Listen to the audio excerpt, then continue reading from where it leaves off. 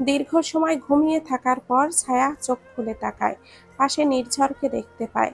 নির্ঝর ছায়াকে উঠে বসতে সাহায্য করে। কেমন লাগছে এখন? ঠিক আছে, কিন্তু গলায় ব্যথা করছে। নির্ঝর ছায়ার গলায় ওষ্ঠ ছোঁয়ায়। ছায়া মুহূর্তেই বরফে পরিণত হয়। নির্ঝরের চোখে অনুশোচনা। সরি বিবিজান, কেন জানি না তোমাকে আমি নিরাপদে রাখতে বারবার ব্যর্থ হচ্ছি। নির্ঝরের কণ্ঠে ফুটে ওঠে অসহায়ত্ব। ছায়ারও খারাপ লাগে নির্ঝরের কথা শুনে। ছায়া হাত রাখে নির্ঝরের হাতের ওপর। ছায়া খেয়াল করে তার শরীরে শাড়ি নেই। চোখ বড় বড় হয়ে যায় ছায়ার। পায়ের কাছ থেকে দ্রুত চাদর টেনে নেয়। কষ্টের মাঝেও হেসে ফেলে নির্ঝর। ভীষণ লজ্জা তোমার। ছায়া কিছুই বলল না উত্তরে। ছায়ার মুখের দুই পাশে নিজের হাত রাখে নির্ঝর।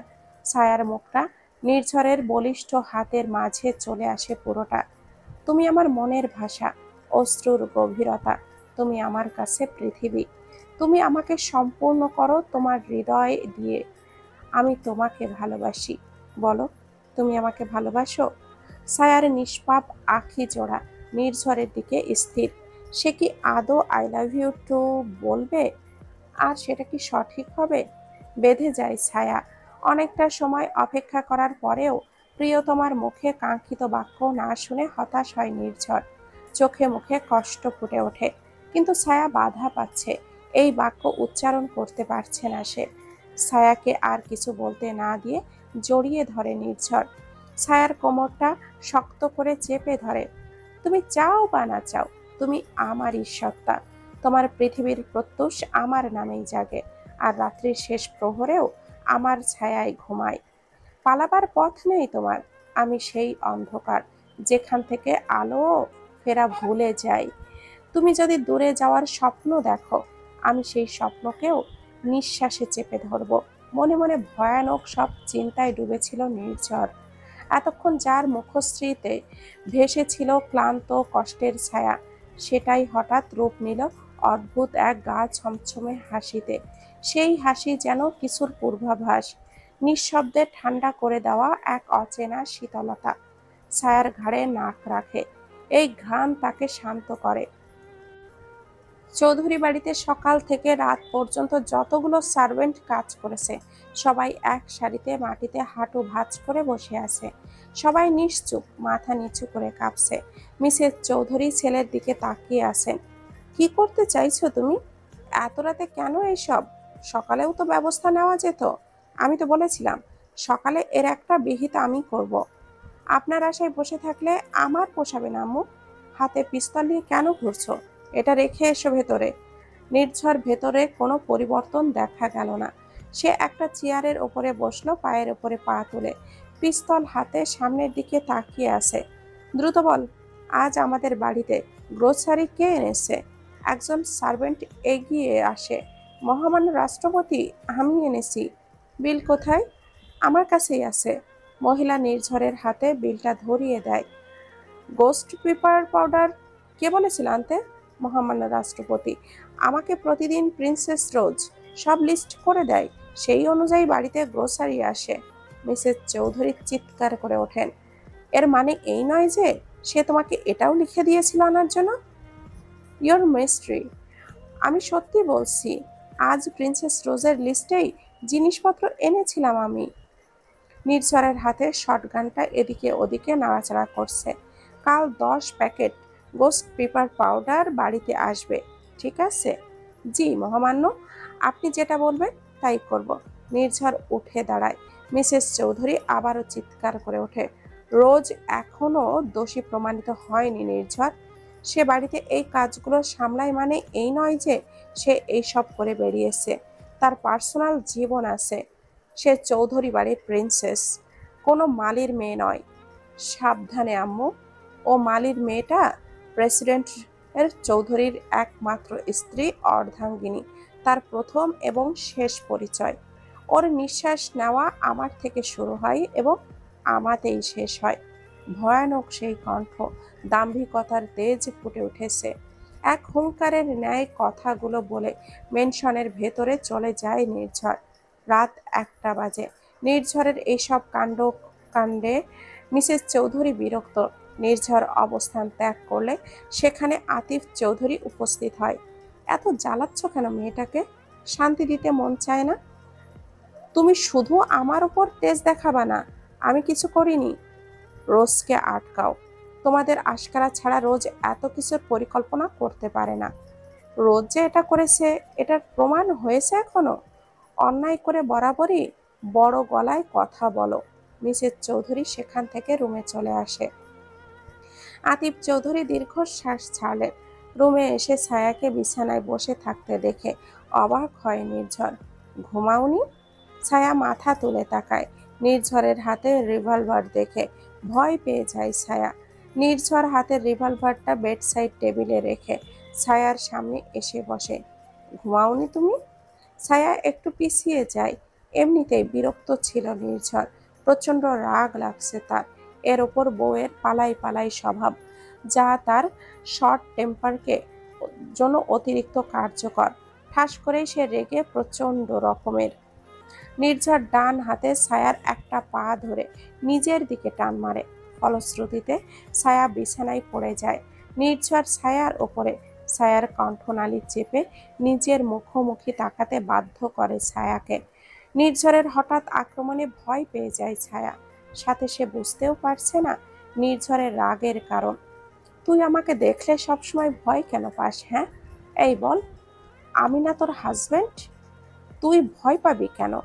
প্রতিটা কথার সঙ্গে হাতের মুঠো আরো শক্ত হচ্ছে। ছায়ার তার ছোট্ট হাত দুটো নির্ঝরের এক হাতে রেখে সেটা সরানোর প্রচেষ্টা চালিয়ে যাচ্ছে। নির্ঝরের রাগে মুখোমুখি হলে বরাবরই সে ভস্ম হয়ে যায়। আজও তার ব্যতিক্রম কিছু নয়। নির্ঝরের এই রাগী রূপটাকেই ছায়া ভীষণ ভয় পায়। ছাড়ুন। চোখ উল্টে যাচ্ছে ছায়ার, নিঃশ্বাস বন্ধ হয়ে যাচ্ছে। নির্ঝর ছেড়ে দেয় ছায়াকে। ঘন ঘন নিঃশ্বাস নেওয়ার চেষ্টা আর কাশি দিতে থাকে ছায়া। নির্ঝর তখনও তার ওপরেই আছে। ধীরে ধীরে নির্ঝর বুঝতে পারে সে কি করছে। তার রাগ সব ছায়ার উপর দিয়েই বয়ে যাচ্ছে। নির্ঝর ছড়ে আসে, ছায়াকে উঠিয়ে পানি দেয় খেতে। ছায়া পানি খেয়ে নেয়। পানি খাওয়া হয়ে গেলে ছায়াকে জড়িয়ে নেয়। ছায়া ভয় পাচ্ছে তখনও। I am sorry. ছায়া নিশ্চুপ। কিছুক্ষণ পর তার নিঃশ্বাস স্বাভাবিক হয়ে যায়।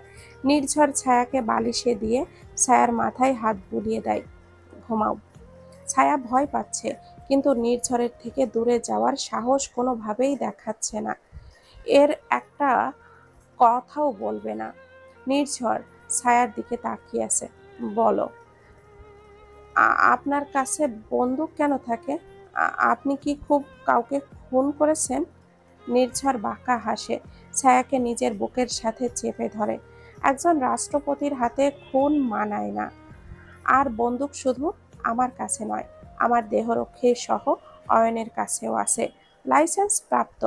ছায়ার কেন জানি না মনের ভেতরে একটু শান্তি লাগলো। ছায়া ওই যে চুপচাপ চোখ বন্ধ করে নেয়। নির্ঝর ছায়ার চুলে নাকের কাছে নিয়ে ঘ্রাণ নেয়। আমার হাতে কারোর মৃত্যু ঘটেনি বিবিজান, আমি শুধু বলি। আর তারা নিজেই মৃত্যুকে আলিঙ্গন করে, যেন আমার শব্দেই লুকিয়ে থাকে এক অলিখিত সম্মতি, এক অব্যক্ত আহ্বান, যার টানে তারা স্বেচ্ছায় অমরতার প্রান্তে পা রাখে। মনের মাঝে উচ্চারিত বাক্যগুলো মুখে এলো না নির্ঝরের। নিস্তব্ধতা ঘিরে রেখেছে পরিবেশ। নির্ঝরও চোখ বন্ধ করে নেয়। সকাল সকাল আদনানের ফোন পেয়ে ঘুম ভাঙে রোজের। Hello, good morning princess. Good morning. কেমন আছো? ভালোই আছি। কাল মেয়েটাকে শিক্ষা দেওয়ার পরও আজ বেশি শান্ত লাগছে। আদনান অবাক হয়। কোন মেয়েটাকে শাস্তি দিয়ে? রোজ চোখ বন্ধ করে নেয়। ঘুমের ঘোরে সে কি বলে ফেলল? কেনই বা বলে ফেলল? এখন কি করবে? কি বলে ধামাচাপা দেবে সবটা? ওই পাখি পাখি নামে একটা সার্ভেন্ট আছে না, ওকে। মেয়েটা বেয়াদব। তুমি কথা ঘোরালে রোজ।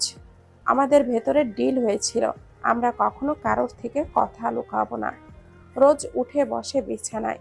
আসলে কাল আমি ছায়াকে গোস্ট পেপার পাউডার খাইয়েছি। হোয়াট? আদনান চিৎকার করে ওঠে। রোজ ভয় পেয়ে যায়। হঠাৎ চিৎকার শুনে কি? তুমি এমন চিৎকার করে উঠলে কেন? এমন কেন সে আছে এখন কেমন আছে সে? ঠিক আছে। নির্ঝর যে মানুষ পাগল হয়ে গিয়েছিল, ডক্টর দেখে বহু কিছু করেছে। তুমি ছায়ার সঙ্গে এমন কেন করলে? ওকে আমার সহ্য হয় না, মেরে দিতে পারলে তাই দিতাম। আদনান নিজের রাগটাকে সংযত করে। এই মুহূর্তে রোজের ওপর ক্রোধান্বিত হওয়া মানে হলো চৌধুরী বাড়ির ভেতরকার ইনফরমেশন আর সে পাবে না। অনেক কষ্টে নিজের রাগ নিয়ন্ত্রণ করে আদনান বলেন, ভালোই করেছো। ওর কাছাকাছি আসতে চাইলে আরো বেশি দূরে সরিয়ে দেবে। এটাই তো পারি না। নির্ঝর সব সময় চিপকে থাকে। আচ্ছা রোজ ম্যাডাম, এখন আমি যা বলবো তাই করতে পারবেন? কি বলো? বলছি। কিন্তু এটা কেন করব? এতে তোমারই লাভ হবে। আমি ছায়াকে কোনোভাবে সরিয়ে রাখবো এবং তুমি নির্ঝরের সঙ্গে সময় কাটাতে পারবে। শিওর। অনেক ভালো বুদ্ধি দিয়েছো। ডান আদনান। ডান প্রিন্সেস। আদনান কল কেটে দেয়। রোজ সকাল সকাল মুড রিফ্রেশিং এর জন্য একটা পরিকল্পনা পেয়েছে। সে আর বিছানায় না থেকে উঠে ওয়াশরুমে চলে যায়। আদনান নিষিদ্ধ দ্বীপ থেকে প্রায় 100 কোটি টাকার খনিজ সম্পদ সোনা উদ্ধার করেছে অয়ন। অয়নের হাত এই মুহূর্তে রক্তাক্ত, সামনে লাশের ঢিল পড়েছে। এই সোনা দেশের আভ্যন্তরীণ সম্পদ। এগুলো অবৈধভাবে রাতের আধারে উত্তোলন করা হয়েছে এবং এখন অবৈধভাবেই পাচার করা হচ্ছে। অয়নের ফর্সা মুখ অত্যন্ত রাগে লাল হয়ে উঠেছে, কপালের শিরাগুলো ফুলে উঠেছে। অয়ন এক হাতে বন্দুক এবং অন্য হাতে ফোন বের করে কল লাগায় কাউকে। ভাই, বল। ধরেছি সব কয়টাকে। শালা একটাকেও মারার সঙ্গে সঙ্গে সবগুলো সুইসাইড করেছে। বাস্টার্ড। মেরে ফেল সব কয়টাকে। নাবিলকে কল করে আমার মিটিং ফিক্সড করতে বল। মিস্টার হানের। ঠিক আছে। অয়ন ফোনটা কেটে দিয়ে গার্ডসদের ইশারা করে জায়গাটা পরিষ্কার করে দিতে। নির্ঝর কলটা কেটে পেছনে ফিরে ছায়াকে তোয়ালে হাতে তাকিয়ে আছে তার দিকে। নির্ঝর এগিয়ে যায়, ছায়ার হাত থেকে তোয়ালেটা নিয়ে নেয়। ছায়া শুনে ফেলেছে কথাগুলো, সব কথা। সবকটাকে মেরে ফেল, এটাও শুনে ফেলেছে। বেবি জান, অমন করে তাকিয়ে আছো কেন? ছায়া মাথা নামিয়ে নিতে চাইলে নির্ঝর ধরে বসে ছায়ার গাল। কথা বলো। এমনি। সবসময় এত ভয় কেন পাও? আমি। নির্ঝর ছায়ার কানের লতিতে একটা কামড় বসিয়ে দেয়। ছায়া নিজের শাড়ি খামচে ধরে। নির্ঝর তোয়ালে নিয়ে ওয়াশরুমে চলে যায়। ছায়ার চোখ ছলছল করে ওঠে। উনি কি কি বলল? মেরে ফেল? উনি কাউকে মেরে ফেলতে পারে? ছায়ার এখন নির্ঝরের প্রতি ভয়ও বেড়ে গেল। ডাইনিং টেবিলে সবাই যে যার মতো করে ব্রেকফাস্ট করছে। নির্ঝর রেডি হয়ে এসেছে, সে এখন বেরিয়ে যাবে। ছায়া আজ বেশি কথা বলছে না, সে চুপচাপ খাওয়া শেষ করে। নির্ঝর বের হওয়ার সময় ছায়ার কপালে চুমু খায়। শান্ত বাচ্চা মতো হয়ে থাকবে, প্রয়োজন না হলে রুম থেকে বের হইও না। নির্ঝর বেরিয়ে গেলে গাড়িতে উঠে বসে। ছায়া তখনও দরজায় দাঁড়িয়ে ছিল। এটা নির্ঝরের নির্দেশ ছিল যাতে করে ছায়া ততক্ষণ দাঁড়িয়ে থাকে দরজায় যতক্ষণ নির্ঝরের গাড়ি তার দৃষ্টি সীমানার পেরিয়ে না যায়। নির্ঝর আয়নার ভেতরে ছায়াকে দেখে। তোমার অপরাধীকে আমি শাস্তি দেব বিবিজান, কিন্তু তার আগে এটা প্রয়োজনীয় কাজ। কিন্তু নির্ঝর কি জানে অপরাধীরা আরো বড় পরিকল্পনা সাজিয়েছে? নির্ঝরের গাড়ি চৌধুরী বিলার পার হওয়ার পর ছায়া ঘরে যাওয়ার জন্য পা বাড়ায়। হঠাৎ করেই কারোর বুকের মধ্যে ব্যথা শুরু হয়ে যায় ছায়ার। ছায়া এক হাত বুকে রেখে অন্য হাত দিয়ে দরজা ঠোকায়। উফ আল্লাহ, কি হলো হঠাৎ? ছায়া ব্যথা সহ্য করতে না পেরে মাটিতে পড়ে যায়। হঠাৎ এমন হলো কেন সে বুঝতে পারে না। নিঃশ্বাস নিতেও কেমন যেন কষ্ট লাগলো। ভাবলো হয়তো ঘুমালে ঠিক হয়ে যাবে। ছায়া উপরে চলে যায়। ড্রেসিং রুমে গিয়ে নিজে থেকে নির্ঝরের একটা শার্ট নিয়ে সে পরে নেয়। শাড়ি ছায়ার এখনো কিছুই নেই। ছায়া ভীষণ খারাপ লাগছে, নিঃশ্বাসও যেন কষ্টের সাথে বের হচ্ছে। শাড়ি ছেড়ে বেশ শান্ত লাগছে ছায়ার। বিছানায় শরীর এলিয়ে দেয়, কোনোভাবেই নিঃশ্বাস স্থির হচ্ছে না। বেশ অনেকটা সময় এদিক ওদিক করেও বুকের ব্যথা কমল না। শেষমেশ উঠে বসে, ছায়া 2 গ্লাস পানি খায়। কিছুক্ষণ বসে থাকলেও মনে হলো যন্ত্রণা কমেছে। ছায়া পুনরায় বিছানায় গা এলিয়ে দেয়। এবার চোখটা বন্ধ করতেই ঘুম চলে আসে তার। মাস্টার বেডরুমে বসে আছে আদনান, হাতে একটা ওয়াইনের গ্লাস। চেয়ারে মাথা ঠেকিয়ে চোখটা বন্ধ করে নেয় আদনান। চোখ জোড়া বন্ধ করলেই ছায়ার মায়াবী মুখখানা ভেসে ওঠে সামনে। ভীষণ বিরক্ত লাগে তার। মনে হয় এক্ষুনি গিয়ে তুলে নিয়ে আসতে পারতো সেই মেয়েটাকে, শান্তি লাগতো। এরপর নিজের পূর্ব পরিকল্পনা মনে পড়ে যায় তার। ঠোঁটের কোণে ফুটে ওঠে কিঞ্চিৎ বাঁকা হাসি। বিশ্বাসঘাতক শত্রুর থেকে বিশ্বাসঘাতক বন্ধু ভয়ঙ্কর। তুই কখনো জানতেই পারবি না ভাই, তোর সাথে বিশ্বাসঘাতকতা করা মানুষটা তোরই খুব কাছের বন্ধু। তুই শুধু দেখবি তোর চারিদিকে সবকিছু ধ্বংস হয়ে আসছে। তোর রাষ্ট্র, তোর অর্ধাঙ্গিনী সব আমি ছিনিয়ে নেব। খালি হাতে মরুভূমির মাঝে তোকে আমি শূন্য বানিয়ে দেব। চিন্তা করিস না, চৌধুরী হবে দেশের পরবর্তী রাষ্ট্রপতি। চৌধুরী ভিলা থাকবে, সিংহদারও থাকবে, ছায়া আমার প্রাণপ্রিয় সমুদ্র কন্যাও থাকবে। শুধু থাকবে না নির্ঝর চৌধুরী। আদনানের ভয়ঙ্কর কণ্ঠ যেন বন্ধুরূপী কোনো বিষধর সাপ ছোবল দেওয়ার জন্য প্রস্তুতি নিচ্ছে। সাপের ফুসফুস শব্দে পরিবেশ ভয়ে কেঁপে উঠছে। কথায় আছে না, সাপের কামড়ে নয় বিষের ভয়। আদনান এমন এক বিষধর সাপ যার ছোবল ধীরে ধীরে মারে, তুমি টেরও পাবে না কখন শেষ হয়ে যাবে। সিংহ দরবার ভবনে ভেতরে বেশ অনেকক্ষণ ধরে নির্ঝরের সঙ্গে কথা হলো মিস্টার হান জিহাদের। আপনি আমার কথা বুঝতে পারছেন? জি, আমি সবই বুঝতে পারছি। আমাকে শুধু একটু সময় দিন, সব কয়টাকে আপনার পায়ের নিচে এনে রাখবো। আপনার ওপর আমার বিশ্বাস আছে। নির্ঝর উঠে দাঁড়ায়, মিস্টার জিহাদের সঙ্গে হাত মিলিয়ে বেরিয়ে আসে। সকাল গড়িয়ে দুপুরের সময়। ঘুম ভেঙে বুকের ব্যথা নাই অনুভব হয় ছায়ার। ভালো লাগে। উঠে 1 গ্লাস পানি খেয়ে নেয়। ছায়া উঠে জানালার কাছে চলে আসে। বাইরে সারি সারি গাড়ি দাঁড় করানো। গ্যারেজ থেকে গাড়িগুলো এভাবে রাস্তায় বরাবর দাঁড় করানো দেখে কিছুটা অবাক হয়ে যায় ছায়া। এর মাঝে দরজায় টোকা পড়ে। ছায়া নিজের দিকে তাকায়। পেটিকোট, টপ আর শার্ট পরে রেখেছে সে। গায়ে একটা টাওয়েল জড়িয়ে দরজাটা হালকা ফাঁকা করে। ম্যাডাম, সবাই বাইরে যাচ্ছে, আপনাকে নিচে আসতে বলেছে এক্ষুনি। এক্ষুনি? কিন্তু আমার তো। ছায়া দরজাটা খুলে দেয়। আমি শাড়িটা পরে আসি। ম্যাম, নিচে কেউ নেই, সব মেল সার্ভেন্ট চলে গিয়েছে, আর শুধু বড় ম্যাডামই আছে। আপনাকে এক্ষুনি আমার সঙ্গে যেতে বলেছে। কিন্তু সরি ম্যাম। ছায়ার ঘরের ভেতর একটা নামাজের হিজাব পায়, সেটাই পরে নেয়। এরপর নিচে চলে আসে। আশ্চর্য, কেউ নেই। ছায়া অবাক হয়, হয়তো চলে গিয়েছে সবাই। তখন যেভাবে বলল, হয়তো ভীষণ তাড়াই ছিল। Sorry ma'am.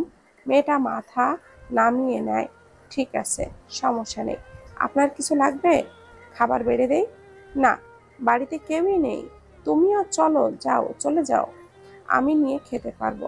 জি ম্যাম। মেয়েটা চলে যায়। ছায়া আর ওপরে যায়। বাড়িটা পুরো ফাঁকা। এই অবস্থায় তাকে আর কেই বা দেখবে। সে ইজাবটা খুলে খেতে বসে। খাবার শেষ করে দেখে বাগানের কাছে দরজাটা খোলা। ছায়া এগিয়ে যায় দরজাটা বন্ধ করার জন্য। দরজাটা বন্ধ করতে গেলে লক্ষ্য করে চারিদিকে কালো হয়ে আসছে, মিষ্টি বাতাসে ছেড়েছে। ছায়া দরজার পাশে বসে পড়ে। বেশ আরাম লাগছে তার। হঠাৎ করেই কারোর স্পর্শে কাঁধে অনুভব করে ছায়া। কেঁপে ওঠে সে। শপিং মলের পুরোটা খালি করা হয়েছে শুধুমাত্র মিসেস আনিকা বেগম, রোজ আর রিনিতা বেগমের জন্য। বাড়ির সবাই শপিং মলে এসেছে, তাহলে ছায়াও গিয়েছে আনিকা বেগম ফোর্স করে। সেই রকমটাই সন্দেহ ছিল নির্ঝরের।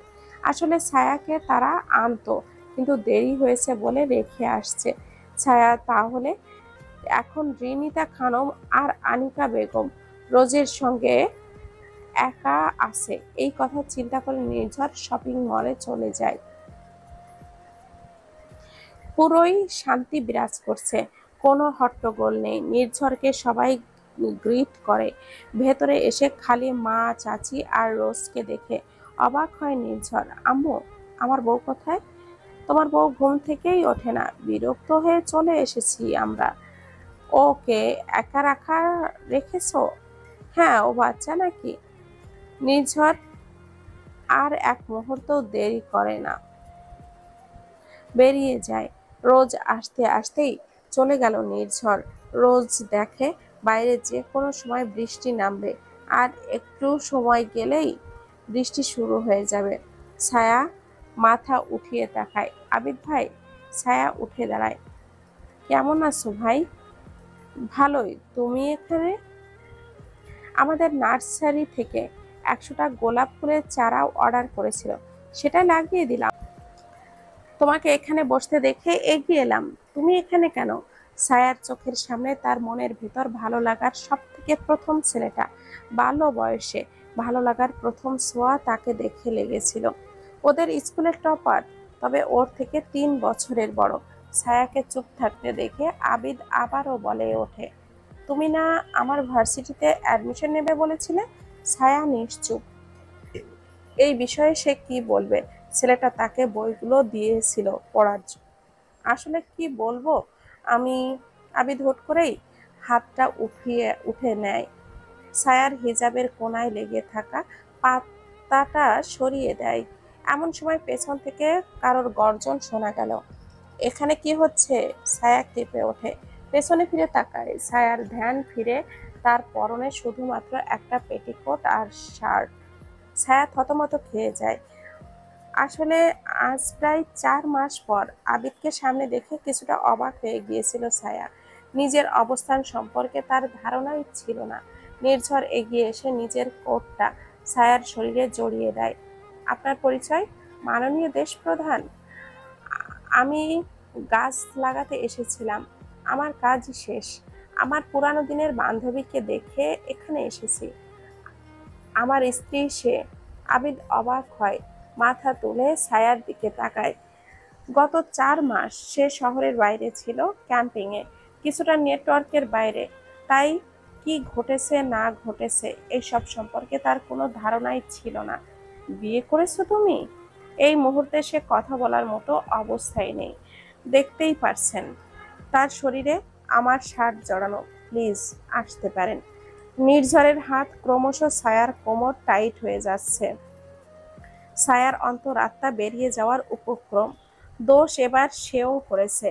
এবার কি হবে? আবিদ সেখান থেকে বেরিয়ে যায়, যদিও সে বাইরে ছিল, বাগানের ওই দিকে, যার ফলে ছায়াও খেয়াল করেনি ওকে। নির্ঝরের ফর্সা সুন্দর মুখখানা রক্তিম হয়ে এসেছে। ছায়ার শরীর কম্পিত হয়ে উঠছে। বাহিরে বৃষ্টি শুরু হয়ে গেছে, যেন এদিকে ওদিক থেকে ঝড়ো হাওয়া সবকিছু এলোমেলো করে দিচ্ছে। টানতে টানতে এনেছে ছায়াকে রুমের ভেতর, সোজা কাউসের মাঝে মারে। ছায়া ভয়ে গুটিয়ে গিয়েছে। নির্ঝর সোজাসুজি গিয়ে ছায়ার চুলগুলো ধরে নিজের মুখ বরাবর তাকাতে বাধ্য করে। এগুলো কি পড়েছিস? কি পড়েছিস এগুলো? আমি আমি বেয়াদব, তুই কথা বলবি না। ছায়ার চোখ ছলছল হয়ে যায়, মাথা নামিয়ে নেয়। এতে বিন্দু মাত্র রাগ মরল না নির্ঝরের। শক্ত হাতে ছায়ার কণ্ঠনালী চেপে ধরে, আবারও মুখোমুখি তাকাতে বাধ্য করে ছায়াকে। মায়া, কান্না করবি না, মেরে ফেলবো বেয়াদব আমি তোকে। তোর সাহস কি করে হয় এই বেশ ধরে বাইরে যেতে? আবার তুই বাইরের একটা ছেলের সামনে দাঁড়িয়ে দাঁড়িয়ে কথা বলেছিস? ছায়া 2 হাতে নির্ঝরের শক্ত হাতটা ধরে। ছায়া চাই, কিন্তু সম্ভব না। নির্ঝর ছায়ার কণ্ঠনালী ছেড়ে ছায়াকে ভেজা বিছানা ফেলে। নির্ঝর, বল, কার অনুমতি নিয়ে এই সব করে বাইরে গিয়েছিস? কি করার অনুমতি? আমি। নির্ঝর ছায়াকে যেন কোনো কথা বলারই সুযোগ দিল না। ওষ্ঠ জোড়া আঁকড়ে ধরে এগ্রেসিভ হয়ে পড়েছে। ছায়া এদিকে ওদিকে মাথা নাড়িয়ে নির্ঝরকে থামাতে চাইছে, কিন্তু এই তাণ্ডব থামানো সম্ভব নয়। শরীরে জড়িয়ে থাকা শার্টখানা এক টান মারতেই বোতামগুলো ছুটে চলে যায় এদিকে ওদিকে। দাঁতের কামড়ে ফর্সা শরীর কালচে দাগ পড়ে গিয়েছে। ছায়ার হাত এতবার নির্ঝরকে বাধা দেওয়ার চেষ্টা করেছে যে নির্ঝর বিরক্ত হয়ে হাত দুটো হ্যান্ডকাপ করে দেয়। এবার আর হাত দিয়ে থামানোর প্রচেষ্টা করার কোনো উপায় থাকলো না। চোখ গড়িয়ে ঝর্ণা বসছে ছায়ার। আমার সঙ্গে তাল মেলানোর কথা ভাব, না হলে কষ্ট তোমারই হবে। ছায়া আর উপায় পেল না। এই ক্ষুধার্ত হিংসের সামনে সে অন্তত নিতান্তই ক্ষুদ্র। শপিং থেকে ফেরার পথে আদনানের সঙ্গে দেখা হয়ে যায় ওদের। আদনানও নির্ঝরের সঙ্গে দেখা করতে আসবে, তাই ওরা একসঙ্গে আসে। আদনান গাড়ির পেছনে রোজের সঙ্গে বসে আছে, আরেকটা গাড়িতে আনিকা বেগম এবং রিনিতা খানম। রোজ, তোমায় যা বলেছিলাম করেছো? হ্যাঁ করেছি। এখন তো সে বাসায় একাই আছে, তবে নির্ঝরকে থামিয়ে রাখতে পারলাম না, সে চলে গেল। সমস্যা নেই, আমরা আজ যেভাবে চেয়েছি ওইভাবেই পার্টি করব, সমস্যা নেই। ওকে। কিন্তু ওরা তো জানে না প্রকৃতি ওদের পরিকল্পনায় বালতি বালতি পানি ঢেলে দিয়েছে। বাড়িতে আতিফ চৌধুরী এবং আতিক চৌধুরীও ফিরেছে। ওরা সবাই একসঙ্গে ঘরে ফিরেছে। তোমরা কোথায় গিয়েছিলে আনিকা? শপিং এ গিয়েছিলাম। ও, অয়নকে দেখছি না যে? ও যে কাজে গিয়েছিল আর ফেরেনি। আচ্ছা, অয়ন আজ বাসায় ফিরলে আমার সঙ্গে দেখা করতে বলো। হ্যাঁ বলবো। আঙ্কেল কেমন আছেন? আদনানের কণ্ঠ শুনে পেছনে ফিরে তাকায় আতিফ চৌধুরী। আরে আদনান, কেমন আছো বাবা? আলহামদুলিল্লাহ। আপনি কেমন আছেন? অনেক ভালো। তা কি খবর? আদনান আতিফ চৌধুরীর সঙ্গে কথা বলতে বলতে ভেতরে চলে আসে। সবাই মিলে লিভিং রুমের এক জায়গায় হয়ে বসে। রোজ, নির্ঝরকে একটু ডেকে দাও তো। নির্ঝর কোথায়, চলে এসেছে? আতিফ চৌধুরী বলে উঠল, হ্যাঁ চলে এসেছে অনেক আগে। তোমার ভাইরিকে বললাম একসঙ্গে শপিং করি, যে বউয়ের টানে সঙ্গে সঙ্গে চলে এসেছে। আতিফ চৌধুরী হেসে ফেলে। বউ পাগল ছেলে। রোজ আর বসে থাকলো না, সে উঠে দাঁড়ায়, নির্ঝরের রুমের দিকে অগ্রসর হয়। আমি তো আর পারছি না, ছাড়ুন এবার। তুমি আর এমন বাইরে যাবে? যাব না, কোথাও যাব না, সারা জীবন এখানেই থাকবো, ছাড়ুন। আর সহ্য হচ্ছে না। নির্ঝর ছায়ার কপাল থেকে চুল সরিয়ে কপালে চুমো খায়। কষ্ট হচ্ছে? হ্যাঁ, আমারও যে কষ্ট হয়েছিল তার বেলায়। I am sorry. নির্ঝর থেমে যায়। ছায়ার দেহে প্রাণ ফেরে। দরজায় টোকা পড়েছে। নির্ঝর ঘামে জড়ানো চুলগুলো এক হাতে পেছনে নিয়ে নেয়। ছায়া ওপর থেকে সরে আসে। ছায়ার শরীরে চাদর দিয়ে পাশ থেকে বাথরোব পেঁচিয়ে নেয়। দরজা হালকা খুলে ভুরু কুঁচকে তাকায়। নির্ঝরের এলোমেলো অবস্থা দেখে জামা খামচে ধরে রোজ। হোয়াট? নির্ঝরের নিঃশ্বাস ভারী হয়। রোজ আকাশ পাতাল ভেবে কান্না পাচ্ছে। তুমি? নির্ঝর বিরক্ত হয়ে এবার দরজাটা খুলেই দেয় অর্ধেকটা। রোজ ছায়াকে বিছানায় শুয়ে থাকতে দেখে 2 কদম পিছিয়ে যায়। কি ভেবেছিল আর কি হয়ে গেল? কি বলবে? আদনান এসেছে। নির্ঝর কথাটা শুনে দরজা লাগিয়ে দেয় রোজের মুখের উপর। রোজ বুকে হাত রাখে। এত কষ্ট কেন হচ্ছে? সমুদ্র পাড়ে একটি 5 তারকা রেস্টুরেন্টে কফি কাপ হাতে নিয়ে বসে আছে অয়ন। সামনের দিকে তাকিয়ে সমুদ্রের হালচাল বোঝার চেষ্টা করছে তার। সন্ধ্যা নেমেছে পৃথিবীর বুকে। আবহাওয়া এতক্ষণে শান্ত হলো। কি ঝড়ো হাওয়া বইছিল এতক্ষণ। অয়ন কফিতে শেষ চুমুক দিয়ে বিল পে করে বেরিয়ে আসে। পকেট থেকে চাবি বের করে গাড়ি খুঁজতে যাবে, এমন সময় একটা মেয়ে দাঁড়িয়ে থাকতে দেখে তার ঠিক পাশে একটা সাদা রঙা ফ্রক পরা, শরীরে ওড়না জড়ানো। এতক্ষণ যে পরিমাণ মুষলধারে বৃষ্টি হয়েছে, মেয়েটা হয়তো সেই বৃষ্টি থেকে বাঁচার জন্যই দাঁড়িয়ে আছে এখানে। বৃষ্টি শেষ, এখন ছাতা ফোটানোর ট্রাই করছে। অয়ন সেই দিকেই তাকিয়ে আছে, নিরিবিলি তাকিয়ে আছে। নিঃশ্বাস থেমে যাচ্ছে তার। অয়ন পকেট থেকে ফোনটা বের করে মেয়েটার একটা ছবি তুলে নেয়। মেয়েটা অন্য ধ্যানে ছিল, ফলে খেয়ালই করেনি সে। মেয়েটা দ্রুত ছাতাটা ফুটিয়ে বেরিয়ে যায় সেখান থেকে। অয়ন ছবিটা লক্ষ্য করে মুখটা বোঝা যাচ্ছে, এর মানে সে মেয়েটার খোঁজ লাগাতে পারবে। মিস্টার শেখ, এই একটা ছবি দিচ্ছি, খুব দ্রুত খুঁজে বের করুন ছবির মেয়েটাকে। আমার তাকে চাই। কথাটা বলে অপর পাশের কথাটা না শুনে কলটা কেটে দেয় অয়ন। গলা ভরা হাসি ফুটে ওঠে তার। গাড়িতে উঠে সিট বেল্টটা লাগিয়ে চৌধুরী ভিলার উদ্দেশ্যে রওনা হয় অয়ন।